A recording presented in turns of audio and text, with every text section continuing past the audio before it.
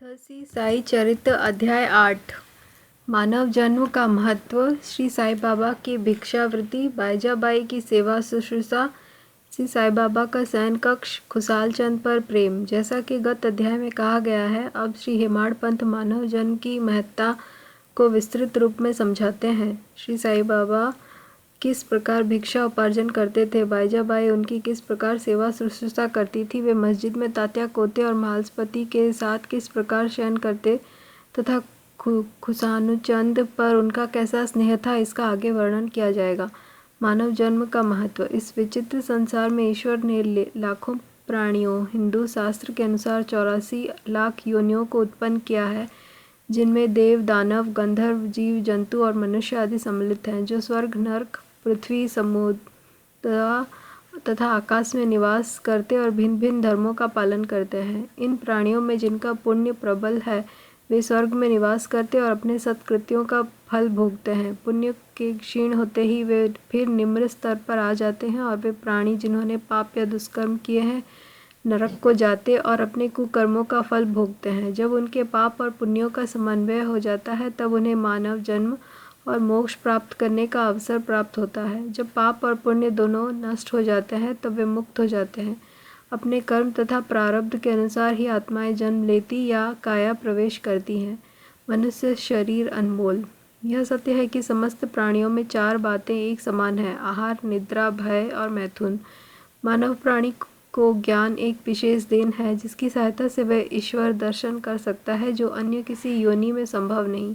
यही कारण है कि देवता भी मानव योनि से ईर्ष्या करते हैं तथा पृथ्वी पर मानव जन्म धारण करने के हेतु सदैव लालयित रहते हैं, जिससे उन्हें अंत में मुक्ति प्राप्त हो। किसी किसी का ऐसा भी मत है कि मानव शरीर अति दोषयुक्त है। यह कृमि, मज्जा और कफ से परिपूर्ण, क्षण भंगुर, रोगग्रस्त तथा नश्वर है। इसमें कोई संदेह नहीं कि यह कथन असतः सत्य है, परंतु इतना दोषपूर्ण होते हुए भी मानव शरीर का मूल्य अधिक है, क्योंकि ज्ञान की प्राप्ति केवल इसी योनि में संभव है। मानव शरीर प्राप्त होने पर ही तो ज्ञात होता है कि यह शरीर नश्वर और विश्व परिवर्तनशील है, और इस प्रकार धारणा कर, इंद्रियजन्य विषयों की तिलांजलि देकर तथा सत असत का विवेक कर ईश्वर साक्षात्कार किया जा सकता है। इसलिए यदि हम शरीर को तुच्छ और अपवित्र समझकर उसकी उपेक्षा करें, तो हम ईश्वर दर्शन के अवसर से वंचित रह जाएंगे। यदि हम उसे मूल्यवान समझकर उसका मोह करेंगे, तो हम इंद्रिय सुखों की ओर प्रवृत्त हो जाएंगे, और तब हमारा पतन भी सुनिश्चित ही है। इसलिए उचित मार्ग जिसका अवलंबन करना चाहिए, यह है कि न तो देह की उपेक्षा ही करो और न ही उसमें आसक्ति रखो। केवल इतना ही ध्यान रहे कि किसी घुड़सवार का अपनी यात्रा में अपने घोड़े पर तब तक ही मोह रहता है, जब तक वह अपने निर्दिष्ट स्थान पर पहुंचकर लौट न आए। इसलिए ईश्वर दर्शन या आत्म साक्षात्कार के निमित्त शरीर को सदा ही लगाए रखना चाहिए, जो जीवन का मुख्य ध्येय है। ऐसा कहा जाता है कि अनेक प्राणियों की उत्पत्ति करने के पश्चात भी ईश्वर को संतोष नहीं हुआ। कारण यह है कि कोई भी प्राणी उसकी अलौकिक रचना और सृष्टि के समझने में समर्थ न हो सका, और इसी कारण उसने एक विशेष प्राणी अर्थात मानव जाति की उत्पत्ति की और उसे ज्ञान की विशेष सुविधा प्रदान की। जब ईश्वर ने देखा कि मानव उसकी लीला, अद्भुत रचनाओं तथा ज्ञान को समझने के योग्य है, तब उन्हें अति हर्ष एवं संतोष हुआ। भागवत स्कंद 11:9-28 के अनुसार। इसलिए मानव जन्म प्राप्त होना बड़े सौभाग्य का सूचक है। उच्च ब्राह्मण कुल में जन्म लेना तो परम सौभाग्य का लक्षण है, परंतु श्री साई चरणाम्बुजों में प्रीति और उनकी शरणागति प्राप्त होना इन सभी में अति श्रेष्ठ है। मानव का प्रयत्न। इस संसार में मानव जन्म अति दुर्लभ है। हर मनुष्य की मृत्यु तो निश्चित ही है, और वह किसी भी क्षण उसका आलिंगन कर सकती है। ऐसी धारणा कर हमें अपने ध्येय की प्राप्ति में सदैव तत्पर रहना चाहिए। जिस प्रकार खोए हुए राजकुमार की खोज में राजा प्रत्येक संभव उपाय प्रयोग में लाता है, इसी प्रकार किंचित मात्र भी विलंब न कर हमें अपने अभिष्ट की सिद्धि के हेतु शीघ्रता करनी ही सर्वथा उचित है।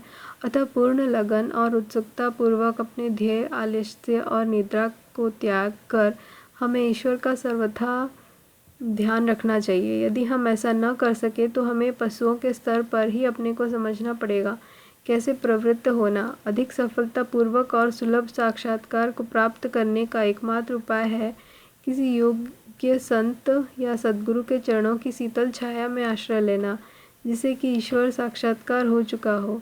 जो लाभ धार्मिक व्याख्यानों के श्रवण करने और धार्मिक ग्रंथों के अध्ययन करने से प्राप्त नहीं हो सकता, वह इन उच्च आत्मज्ञानियों की संगति से सहज ही में प्राप्त हो जाता है। जो प्रकाश हमें सूर्य से प्राप्त होता है, वैसा विश्व के समस्त तारे भी मिल जाएं तो भी नहीं दे सकते। इसी प्रकार जिस आध्यात्मिक ज्ञान की उपलब्धि हमें सद्गुरु की कृपा से हो सकती है, वह ग्रंथों और उपदेशों में किसी प्रकार संभव नहीं है। उनकी प्रत्येक गतिविधि मृदु भाषण, गुह्य उपदेश, क्षमाशीलता, स्थिरता, वैराग्य, दान और परोपकारिता, मानव शरीर का नियंत्रण, अहंकार शून्यता आदि गुण जिस प्रकार भी वे इस पवित्र मंगल विभूति द्वारा व्यवहार में आते हैं, सत्संग द्वारा भक्त लोगों को उसके प्रत्यक्ष दर्शन होते हैं। इससे मस्तिष्क की जागृति होती तथा उत्तरोत्तर आध्यात्मिक उन्नति होती रहती है। श्री साईं बाबा इसी प्रकार एक संत या सद्गुरु थे। यद्यपि वे बाह्य रूप से एक फकीर का अभिनय करते थे, परंतु वे सदैव आत्मलीन रहते थे। वे समस्त प्राणियों से प्रेम करते और उनमें भगवत दर्शन का अनुभव करते थे। सुखों को उनको कोई आकर्षण न था और न वे आपत्तियों से विचलित होते थे। उनके लिए अमीर और फकीर दोनों ही एक समान थे, जिनकी उपार्जन किया करते थे।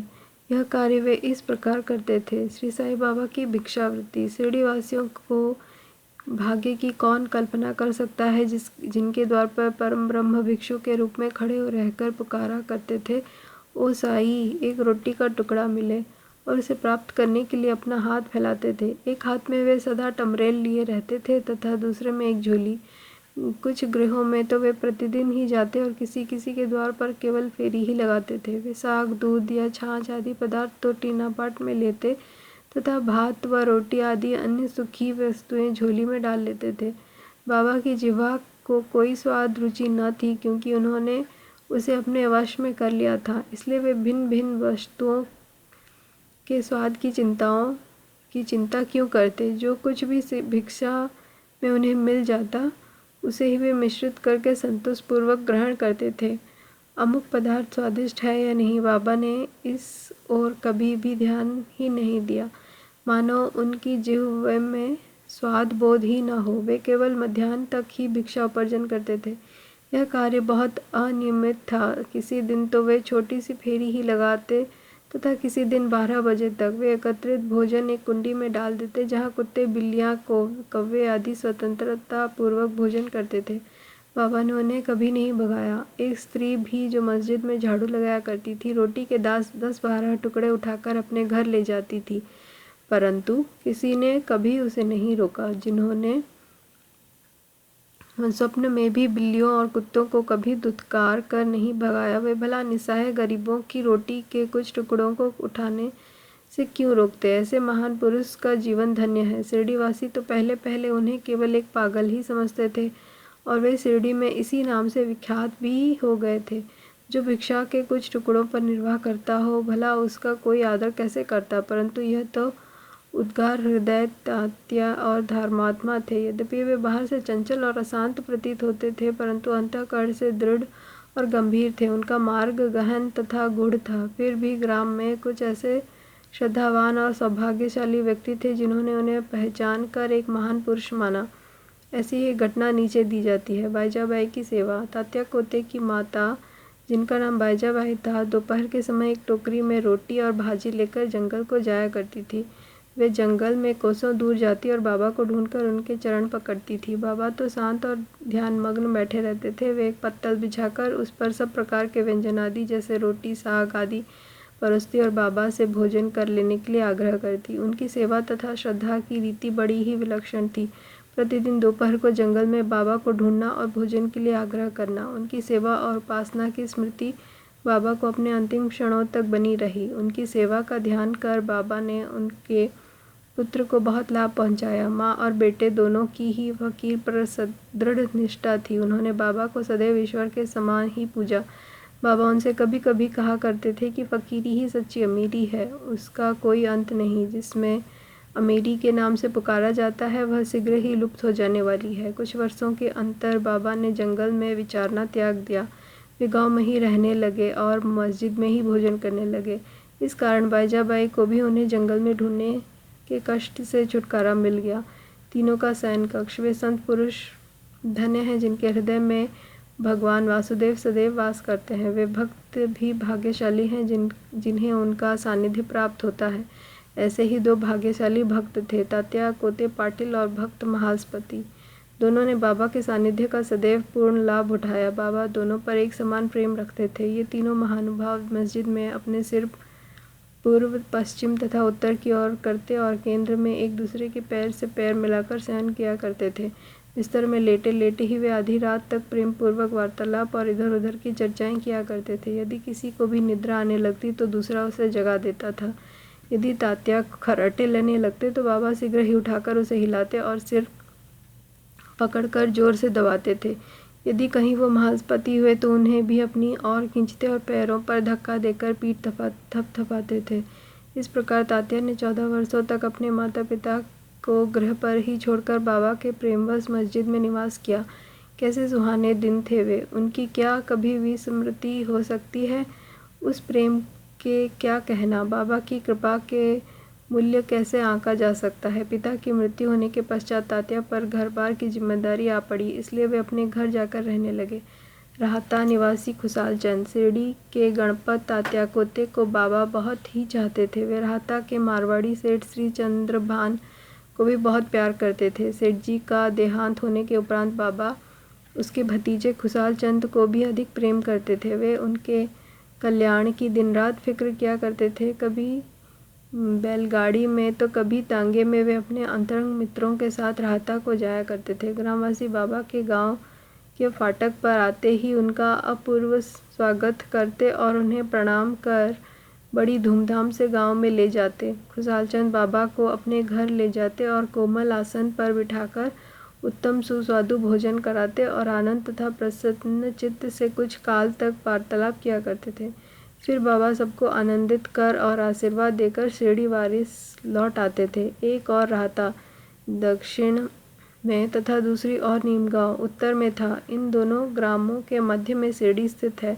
बाबा अपने जीवन काल में कभी भी इन सीमाओं के पार नहीं गए। उन्होंने कभी रेलगाड़ी नहीं देखी और न कभी उसमें प्रवास ही किया, परंतु फिर भी उन्हें सब गाड़ियों के आवागमन का समय ठीक ठीक ज्ञात रहता था। जो भक्तगण बाबा से लौटने की अनुमति मांगते और जो आदेशानुकूल चलते वे कुशलतापूर्वक घर पहुंच जाते थे, परंतु उसके विपरीत जो अवज्ञा करते उन्हें दुर्भाग्य व दुर्घटनाओं का सामना करना पड़ता था।